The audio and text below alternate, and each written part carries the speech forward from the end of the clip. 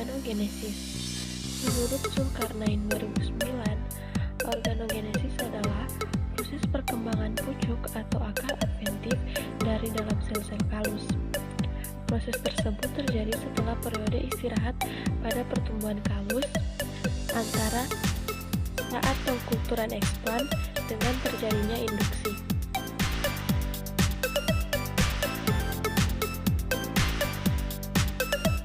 Organogenesis terjadi dipacu oleh adanya komponen-komponen seperti medium, komponen endogen selama eksplan mulai dikultur. Organogenesis ini bisa ditumbuhkan dari biji, daun ataupun bagian tanaman lain yang akan tumbuh menjadi tanaman sempurna.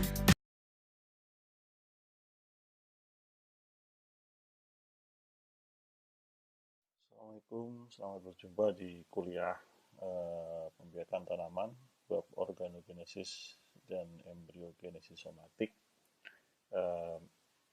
Materi ini disiapkan oleh Dr. Dada Effendi. Kali ini saya akan menyampaikan untuk mata kuliah pembiakan tanaman di Departemen Agronomi dan Hortikultura Institut Pertanian Bogor di masa pandemi corona ini. Semoga masih bisa tersampaikan dengan baik.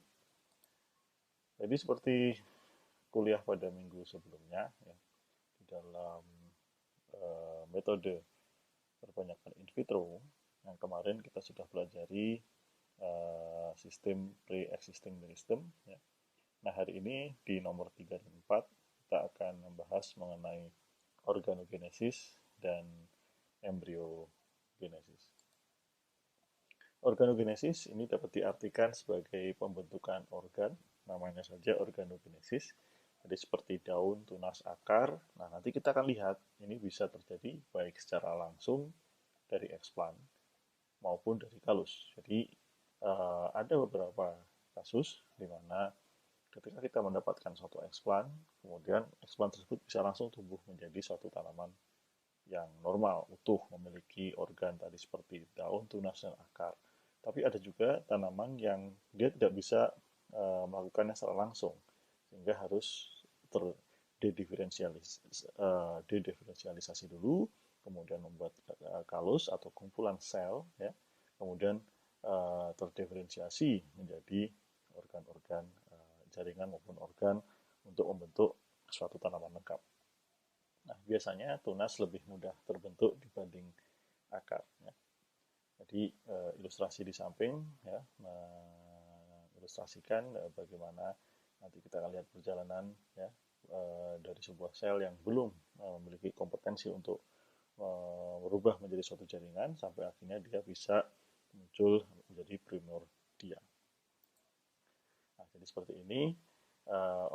Organogenesis tidak langsung, ya, atau indirect organogenesis ini biasanya setelah mendapatkan eksplan, gitu kan, kemudian akan terbentuk kalus, kemudian dari kalus dia akan menjadi kalus meristomoid, kemudian dia membentuk primordia.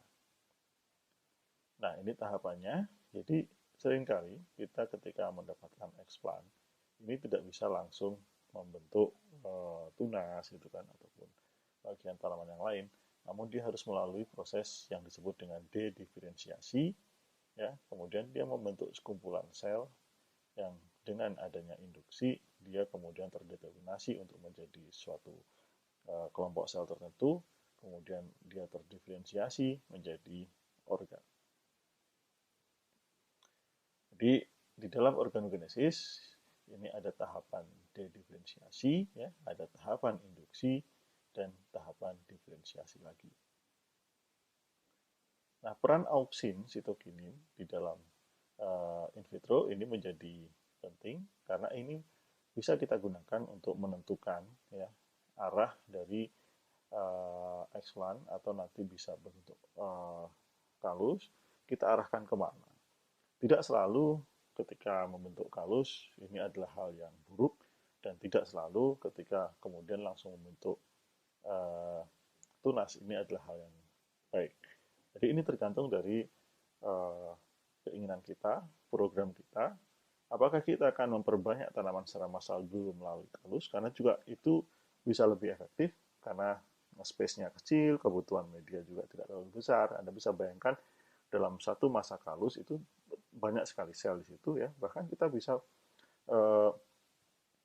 berbanyak dulu gitu. Baru kemudian kita arahkan membentuk tunas, misalkan dengan rasio antara auksin dan sitokinin di sini ya. Kecenderungannya ketika sitokinin dan auksin tinggi misalkan ini akan terbentuk kalus, sementara kalau auksin tinggi sitokinin rendah dia akan terbentuk akar, dan kalau sitokinin tinggi auksin rendah maka akan terbentuk tunas adventif. Namun komposisi ini tidak selalu baku, tergantung dari jenis tanaman yang kita tanam. Nah, kemudian jenis-jenis auksin dan sitokinin dapat dilihat di sini, ya.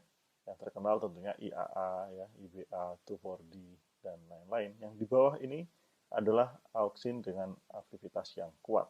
Jadi biasanya digunakan ketika ingin menginduksi kalus, bahkan pengen kita arahkan ke sana, menggunakan dikamba prikoram, ya, kemudian dikombinasikan dengan zeatin yang tinggi.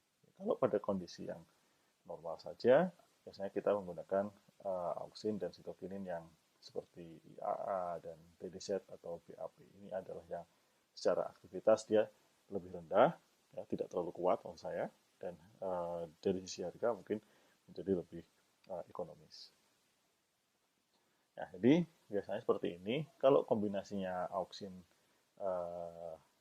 rendah, auksin sitokinin berbanding seperti ini, maka akan menginduksi akar, ya, kemudian auksin sitokinin seperti ini, dia akan menginduksi tunas, dan jika kombinasinya sama, tepat, maka dia akan dapat membentuk kalus.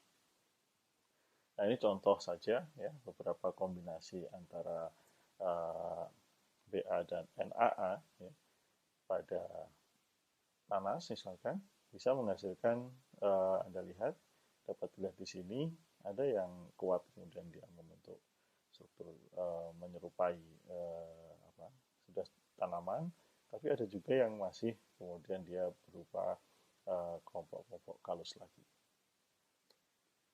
ya, seperti ini. Jadi misalkan ini Anda lihat, ini menunjukkan bahwa dia dapat mendorong terbentuknya tunas, bahkan sudah menyerupai organ daun, ya, jadi membentuk tanaman yang utuh. Demikian juga dengan tanaman-tanaman yang lain dan juga perlakuan yang lain. Ini ada kombinasi-kombinasi tertentu yang optimal untuk setiap.